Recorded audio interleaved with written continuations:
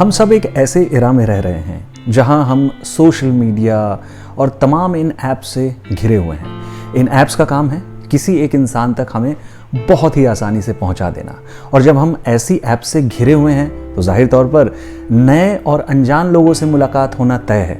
और फिर आजकल का प्यार सिर्फ प्रोफाइल देखकर ही हो जाता है। पहली नज़र का पहला प्यार अब इंसान को सामने देखकर नहीं, सिर्फ उसकी प्रोफाइल देखकर हो जाता है। Hello and welcome to my YouTube channel. मैं हूं आपका love and life coach Satyam, और आज की इस वीडियो में मैं बताने वाला हूं 6 ऐसे तरीके जिसको अगर आप स्टेप बाय स्टेप फॉलो करते हैं तो हो सकता है कि आपको सच्चा प्यार मिल जाए, एक सही इंसान आप आइडेंटिफाई कर पाएं।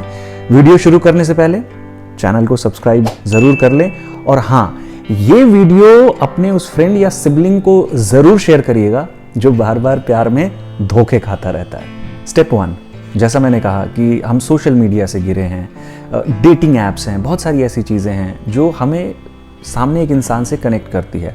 हम उसकी प्रोफाइल देखते हैं, बहुत खूबसूरत खूबसूरत कुछ स्टाइल वाली पिक्चर्स देखते हैं, और हमें वो इंसान उसी वक्त पसंद आ जाता है, बिना ये जाने कि उस इंसान की पर्सनालिटी क्या है, बिना ये जाने कि उस इंसान की सोच क्या है, बिना ये जाने कि उस इंसान का नज़रिया क्या है। हमें बस एक जो चीज़ दिखती है ना, उससे मोहब्बत हो जाती है। यही सबसे बड़ा अंतर होता है। हम कहीं से भी किसी से मिल सकते हैं, इम्पॉर्टेंट ये नहीं है।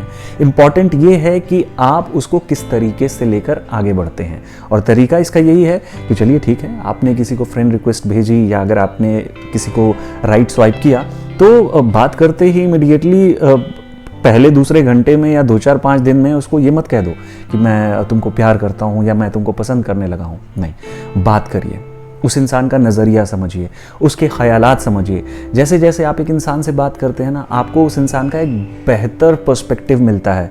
एक इम्पॉर्टेंट चीज़ और याद रखिएगा, देखिए, किसी एक इंसान से पहले सामने मिलिए। जो फोटोज़ में दिखता है या वर्चुअली जो दिखता है वो रियलिटी में नहीं होता। सो ये सबसे पहला स्टेप है, गो स्लो, हैव पेशेंस, समझिए, जानिए, तभी थोड़ा आगे बढ़िए। स्टेप नंबर 2, बातचीत होनी शुरू हो गई। अब आपको ये ऑब्जर्व करना है कि क्या वो इंसान रेसिप्रोकेट कर रहा है या नहीं, क्या वो इंसान आपके लिए एफर्ट्स कर रहा है या नहीं। जिस तरीके से आप एफर्ट्स कर रहे हैं, जिस तरीके से आप अपना टाइम मैनेज करने की कोशिश कर रहे हैं, क्या वो इंसान भी टाइम मैनेज कर रहा है या नहीं। देखिए, कोई भी रिश्ता दुनिया में 2 वे रोड की तरह होता है, दोनों तरफ से ट्रैफिक जैसे आता है।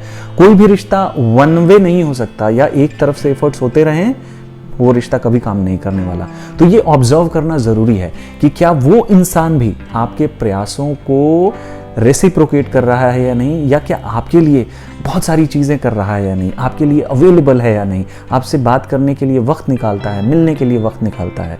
ये ज़रूरी है। स्टेप नंबर 3, जब एक इंसान से आप बातें करना शुरू करते हैं, थॉट्स एक्सचेंज करना शुरू करते हैं, तब आपको एक इंसान का नज़रिया समझ में आता है। नज़रिया ज़िंदगी को लेकर, आपको लेकर, लोगों को लेकर, ऑपोजिट जेंडर को लेकर।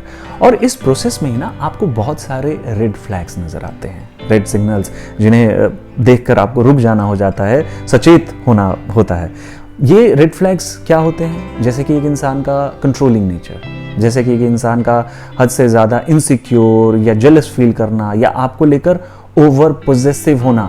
तो ये शुरू में ही आपको समझ में आता है या दिखता है, बट फिर भी आप उनको इग्नोर करते हो। आपको ऐसा लगता है कि नहीं, शायद ये इंसान मुझे बहुत ज़्यादा पसंद करता है इसलिए ऐसा कर रहा है। याद रखिए, जो इनिशियली ही इस तरीके से आपके साथ पेश आ रहा है ना, बाद में ये चीज़ें हद से ज़्यादा बढ़ जाएंगी, आपको सफोकेशन महसूस होगी।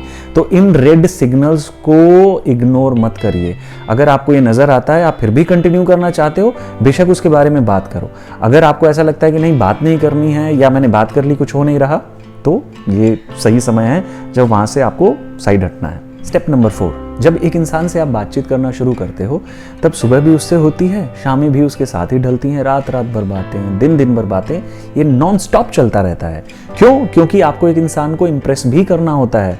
आप क्यूरियस भी होते हो कि इसके बारे में और कितना जान लूँ, बहुत मज़ा आ रहा है, बहुत अच्छा लग रहा है, और आपको एक इंसान की ज़िंदगी में अपनी जगह, अपनी इंपॉर्टेंस भी बनानी होती है, इसलिए आप लगातार ऐसे करते रहते हो। रिमेंबर, बहुत जल्दी और बहुत ज़्यादा इन्वेस्ट मत करिए। हर वक्त अगर एक इंसान के लिए आप अवेलेबल रहेंगे ना, तो आपकी अहमियत कम हो जाएगी, ध्यान में रखिएगा। ये ज़रूरी है कि आप अपने दोस्तों के साथ बाहर जाएं, आप अपनी ज़िंदगी में जो भी सारी चीज़ें करते हैं उनको भी आप ढेर सारा वक्त दें। इससे दो फायदे होंगे। एक तो ये कि सामने वाले इंसान को भी वो ब्रीदर मिलेगा, स्पेस मिलेगी, वो थोड़ी तड़प भी बनी रहेगी, अच्छा लगता है। इसका फ़ायदा ये भी है कि एक इंसान का जो नज़रिया होता है, जैसे कई बार होता है कि उसे आपके दोस्त पसंद नहीं हैं, उसे आपका बाहर जाना पसंद नहीं है, बहुत लोगों को ये मेंटल तरीके की सिकनेस होती है, तो आपको समझ में आ जाता है कि एक इंसान क्या सोचता है। और जब आप मशगूल रहते हैं, जब आप बिज़ी रहते हैं ना अपनी चीज़ों में, अपनी ज़िंदगी में, तो इससे आप एक हाई क्वालिटी इंसान बनते हैं, डिज़ायरेबल बनते हैं। और ये जो क्वालिटीज़ हैं, इससे सामने वाला इंसान जो है आपकी तरफ और ज़्यादा अट्रैक्ट होता है। स्टेप नंबर 5, शुरू में बहुत कुछ ऐसा होता है जो एक इंसान करता है या कहता है जो आपको पसंद नहीं आता, लेकिन आप क्या करते हो, चुप रहते हो, उसके बारे में बात नहीं करते, क्योंकि आपको डर होता है कि मैं बोलूँगा कहीं एक इंसान भाग तो नहीं जाएगा, छोड़ तो नहीं देगा मुझे। ऐसी सारी चीज़ें हमारे दिमाग में लगातार चल रही होती हैं। बट इस बात को समझना ज़रूरी है कि इट इज़ इम्पॉर्टेंट कि आप एक इंसान को फीडबैक दें। डिफरेंस होता है शिकायत करने में और फीडबैक देने में। ये ज़रूरी है कि आप सामने वाले को कम्युनिकेट करें कि आपको क्या पसंद आ रहा है, क्या नापसंद आ रहा है, और सबसे ज़्यादा इम्पॉर्टेंट, आप क्या एक्सपेक्ट करते हैं।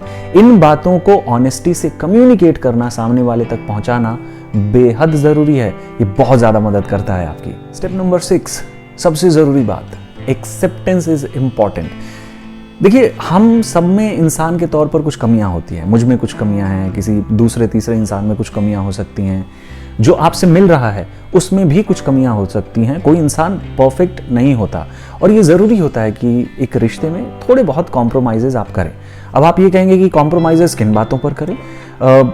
बहुत बेसिक चीज़ें जो होती हैं उन पर कॉम्प्रोमाइज़ आपको नहीं करना चाहिए, जैसे कि टाइम, केयर, अटेंशन, वो पैम्परिंग जो आपको चाहिए, वो ये जो बेसिक चीज़ें हैं, इस पर कोई कॉम्प्रोमाइज़ नहीं होना चाहिए। कॉम्प्रोमाइज़ किन बातों में आप कर सकते हैं? एक इंसान के खाने का तरीका, या थोड़ी बहुत कोई बिहेवियरल चीज़ें, या फिर उस इंसान के पहनावे ओढ़ावे को लेकर अगर आपको कुछ प्रॉब्लम है तो वहाँ पर आप कॉम्प्रोमाइज़ कर सकते हैं, क्योंकि वहाँ पर स्कोप है, आप एक इंसान को ग्रूम कर सकते हैं। बट यहाँ पर पूरा आइडिया ये है कि अगर थोड़े बहुत कॉम्प्रोमाइज़ेज़ आपको करने पड़ रहे हैं ना, तो उसमें हिचकिचाना नहीं चाहिए। कॉम्प्रोमाइज़ेस करिए, वो सामने वाला भी करेगा, आप भी करेंगे, वो बैलेंस बना रहेगा और रिश्ता खूबसूरत होगा। फाइनल सबमिशन, रिश्ता किसी भी गारंटी कार्ड के साथ नहीं आता। लोग आपकी ज़िंदगी में आते हैं, कई बार उनका सोच बदल जाती है, कई बार उनका नज़रिया बदल जाता है, और आपने सुना ही होगा कि काफ़ी सालों बाद भी लोग सेपरेट हो जाते हैं। लव मैरिज किया उन्होंने एंड फाइनली उन्होंने अपने रास्तों को अलग कर लिया। तो कब कहाँ कौन बदल जाए उसको कहना बड़ा मुश्किल है, लेकिन ये जो मैंने 6 स्टेप्स आपको बताए, ये किसी भी नए रिलेशनशिप में अगर आप अप्लाई करते हैं तो आपके चांसेस ना के बराबर हो जाते हैं कि आपको धोखा मिले या यूं ही कोई आपको चीट करके चला जाए। जैसा मैंने शुरू में भी कहा था कि ये वीडियो अपने उस फ्रेंड या सिबलिंग को शेयर ज़रूर करिएगा जिसे बार बार प्यार में धोखा मिलता है। ये वीडियो बहुत ज़्यादा मददगार साबित होगी। तो मिलते हैं नेक्स्ट वीडियो में, तब तक अपना ख्याल रखिएगा। For the time being, this is your love and life coach Satyam signing off. प्यार करते रहिए, अपना ख्याल रखिए।